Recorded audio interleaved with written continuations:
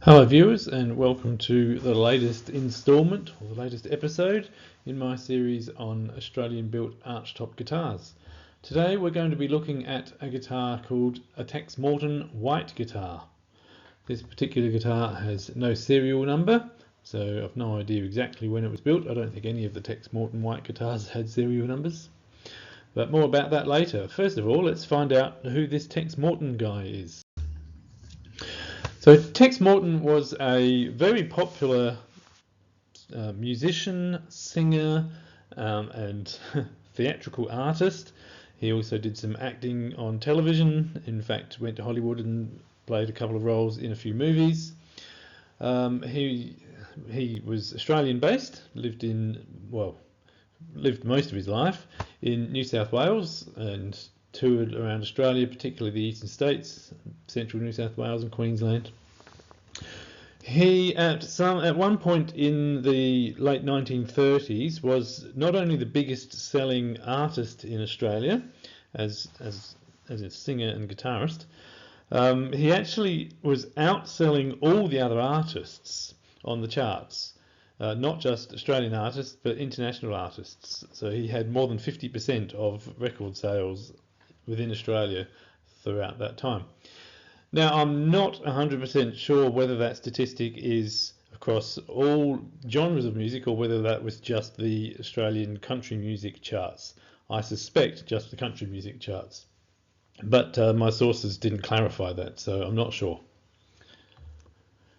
Another interesting feature of Tex Morton was that he spent about 10 years in America throughout the 40s, a little bit on and off. While he was there, he actually studied a degree in hypnotherapy, earning himself the title doctor. And he didn't like to use the title doctor. He very rarely referred to himself as that, and if people called him that, he usually asked them not to. But he, having developed skills in hypnotherapy, actually used his hypnotist skills as part of his stage act. And here we can see a shot of him appearing at the Seville as the Great Morton, the world's greatest hypnotist. So not only was he a singer and guitar player and a songwriter, he was very successful as a songwriter. Many of his songs that he sold records of were his own compositions, but he was also a hypnotist. And another thing that he did was market a range of guitars. So during the 30s and 40s, he sold two types of guitars, flat top guitars and archtop guitars. They were all painted white and had this transfer of a cowboy lassoing a cowboy mounted on a horse lassoing a calf. The guitars were made for him by a guy called Harry West in Ferntree Gully in Melbourne, in Victoria. And he would sell the guitars through a mail order delivery system, and he also would market some guitar lessons through that same system, the mail order system. So it was a very interesting period in Australian music history where you could mail order a guitar and mail order guitar lessons.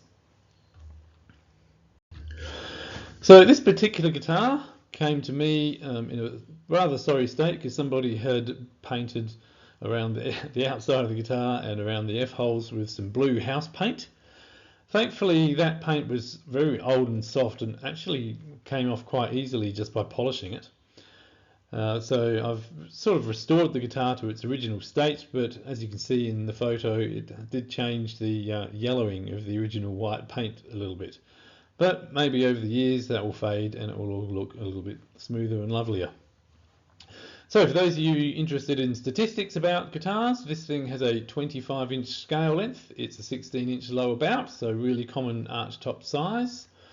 The neck doesn't have a truss rod and it has a very deep V profile. It's 3/4 of an inch deep at the nut.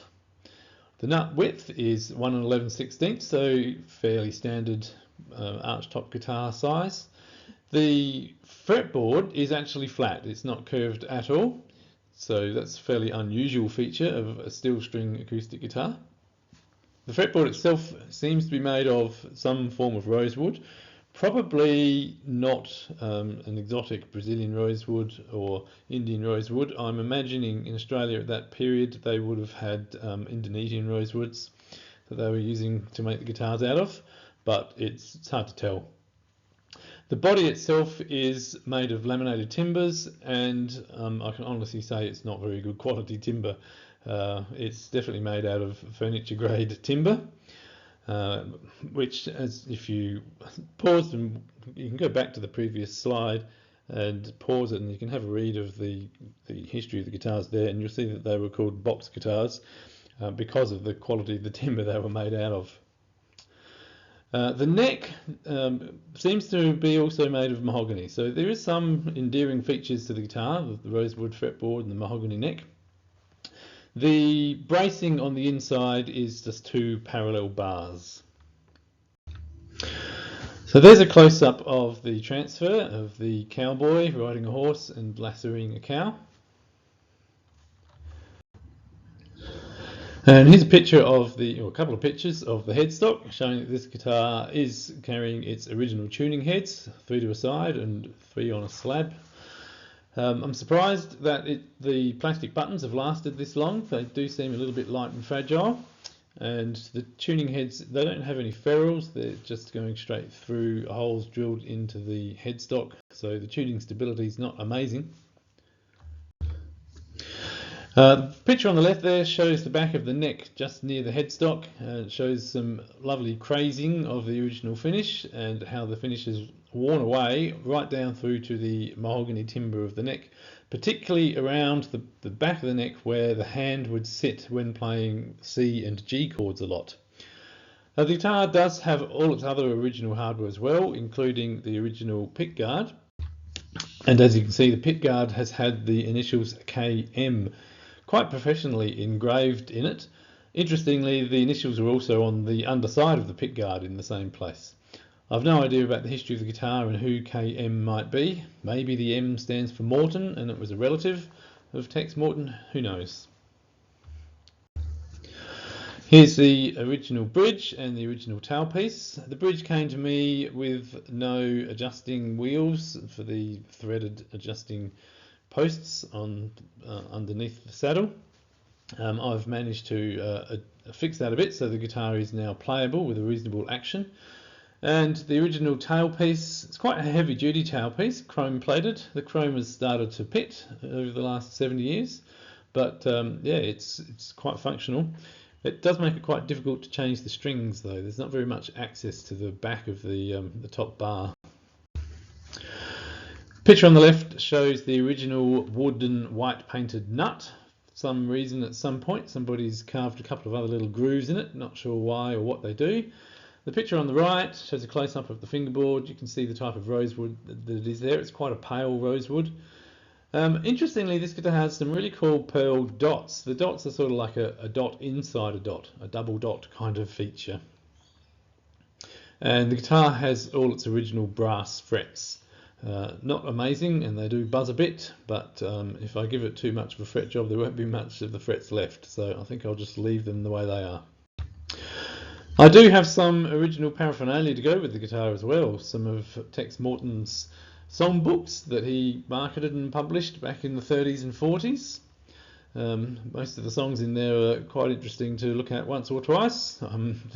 They're not amazing by modern popular music standards, but yeah, it's quite some interesting lyrics, particularly about the era, songs that you probably wouldn't get away with writing these days.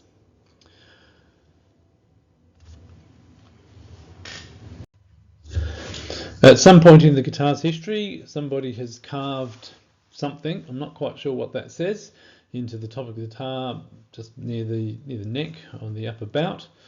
If somebody out there in YouTube land reckons they can interpret what that says, I'd love to hear from you. And one other point that I forgot to make earlier, Tex Morton was actually born in New Zealand and moved to Australia after having made a little bit of a career in New Zealand to sort of build his career before then moving over to America. But anyway, you're not here to listen to me talk about the guitar, you're here to hear the guitar itself and hear it played, so I'll play a tune for you. I'll play a song that features some single note work as well as some chord work so you can hear a full range of what the guitar sounds like.